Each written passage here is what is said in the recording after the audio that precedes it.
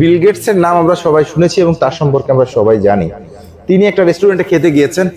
খেতে যাওয়ার পরে খাওয়া দাওয়া শেষ করে সে ওয়েটারকে $5 বকশিশ দিলেন।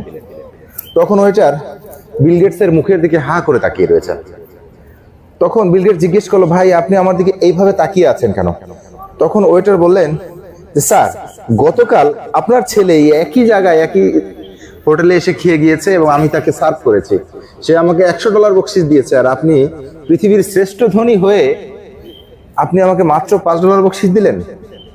তখন বিল গেটস কিছুক্ষণ লোকটার দিকে হাঁ করে তাকিয়ে রইলেন এবং পরে জবাব দিলেন, শোনেন, আমার ছেলে সে হচ্ছে বিশ্বের শ্রেষ্ঠ ধনীর ছেলে, আর আমি হচ্ছে কাঠুরিয়ার ছেলে।